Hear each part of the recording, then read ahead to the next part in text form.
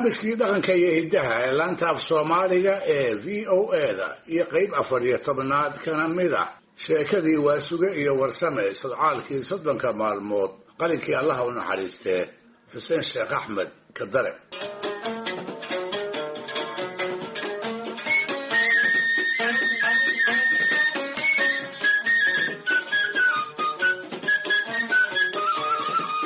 goor maqrib dabadiisa ayay waasuge iyo warsame kala tageen iyagoo isu sheegay in mid walba danihiisii ay magaalada uga dhammaadeen markaana uu bixid u diyaar yahay. midkoodna ma hubin maalinta uu xamar ka tegi doono, aad ayayse u wada jeclaayeen inay isku baabuur raacaan. waxaa laabtooda ka go'i waayey safarkoodii hore ee ay isku barteen. warsame ayaana arrintaas soo hadal qaaday oo yidhi, mar haddaan reerihii ku wada noqonayno, waasugow maxaa ka wanaagsanaan lahaa annagoo mar kale isla jid mara. markaas baa waasuga yidhi, aad ayay u wanaagsanaan lahayd, alla agtiisna kuma adka, waxaanse u malaynayaa inaan ishaleeli weynee, warsamow nabadgelyo.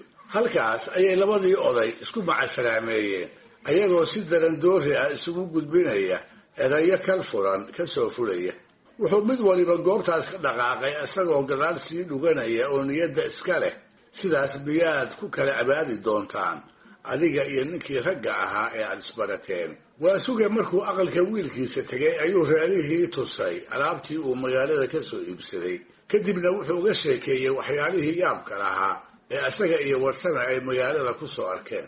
2 jeer ayaa loo soo kululeeyey, shaahii loo shubay oo sheekadu halmaansiisay. waxyaalihii ay galabtaa la kulmeen ayuu dhaliishooda aragtidiisa ku qiimaynayay. xubnaha qoyskooda dhal iyo waalidba si xiisa leh ayay uga dhagaysanayeen.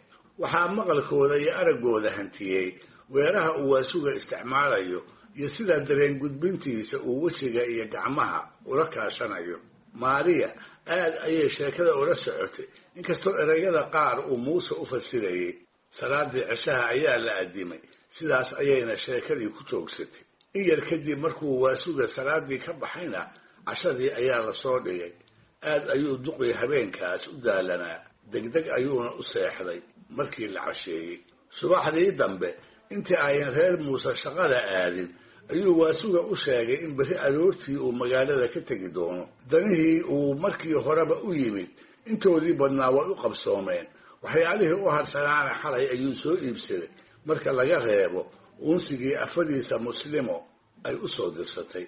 waxaa u haray oo keliya inuu soo macasalaameeyo dhowr qoys oo ay wax isu yihiin. waxayse markaas isu tustay inuusan waqti u heli karin. dabadeedna wuxuu goostay inuu cudurdaarkiisa muuse ugu faro. maalinta u hartayna uu labadeeda gelinba magaalada ka soo raadiyo uunsigii muslimo.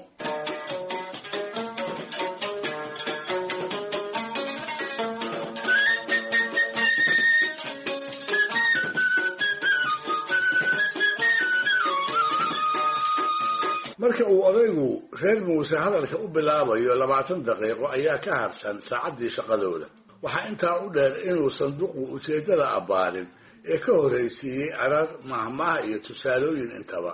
dhowr kal ayuu muuse saacadda fiirshay isagoo aabbihiis u muujinaya inuu degdegayo, laakiin duqu arrintaas ma dareemin. wuxuu bilaabay dardaaran dheer oo u badan talooyin uu baryahanba reer muuse u biirinayay. markii dambe maariya ayaa inta ishayn weyday baabuurkii kortay oo muuse hoonka u yeedhisay.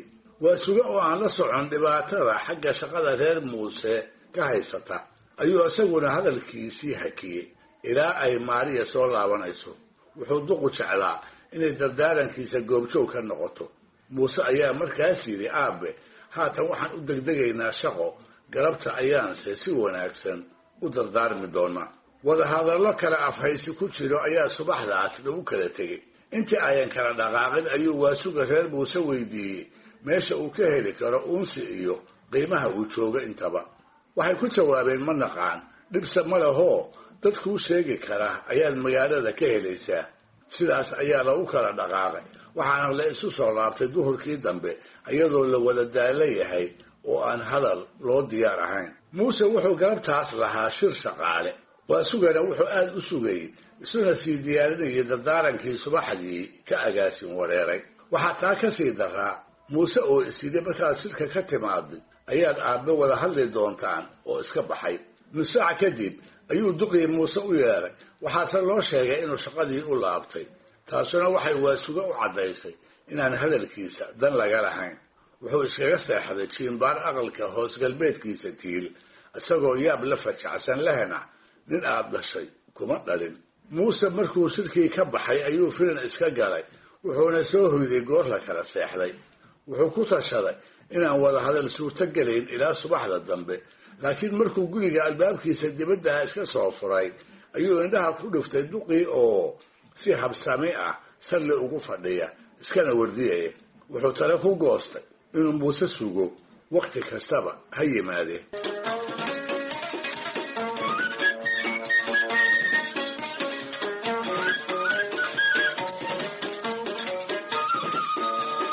odaygii iyo wiilkiisu habeenkaas ayay si wanaagsan u wada hadleen, inkastoo uu markii hore muuse isku dayey inay mar kale dib u dhigtaan, laakiin uu waasuga ka dhaartay. duqu wuxuuba soo jeediyey in maariye la toosiyo, laakiin muuse ayaa ku adkaystay inaan loo baahnayn. saacado ayay wada hadlayeen, talooyin badan oo qaarkood sarbeebi ku jirto ayaa la isla meel dhigay. waxaase nasiib darro noqotay in xaajadii si lama filaana meel yar uga murgocatay, lana kala booday oo ay seexdeen ayagoo aan isu uurfayoobayn. taasuna waxay ka dhalatay waasuge oo talooyinkiisii ugu dambaysiiyey qodob maariye ku saabsan.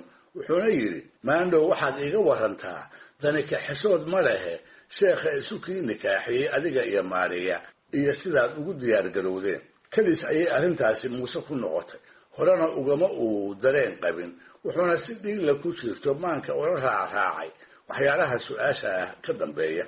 isagoo ayan isugu toosnayn ayuu si haabhaabada u yidhi, aabe waxaan iska nikaaxsanay dowladda hoose ee waddanka talyaaniga, annagoo isla ogol isna jecel. ma xumee nikaaxa maxaa ka horreeyey ayuu yidhi waasuge. kolkaas baa muuse oo yaabani wuxuu yidhi, ma garan ujeeddada su-aashaada aabe. dabadeedna waasuge ayaa si dhiiran wuxuu muuse u weydiiyey su-aalo maariye ku saabsan oo aad uga cadhaysiiyey.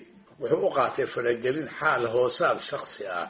markaa ayuuna furka tuuray oo waalidnimadii halmaamay, aabbihiisna u sheegay inaan arrimahaasu khusayn, xaqna uusan u lahayn in waxyaalaha caynkaasa uu dhex galo. labadoodii hadalla kulkul ayaa la isdhaafsaday, waana lagu kala joogsaday. dhegaystayaal, barnaamijka dhaqanka iyo hidduhu maanta halkaa haynoo jooga waa inuu toddobaadka soo aadan iyo qayb 15 ahna tii u dambaysay sheekadii waasuge iyo warsame, hadduu eebba idmo.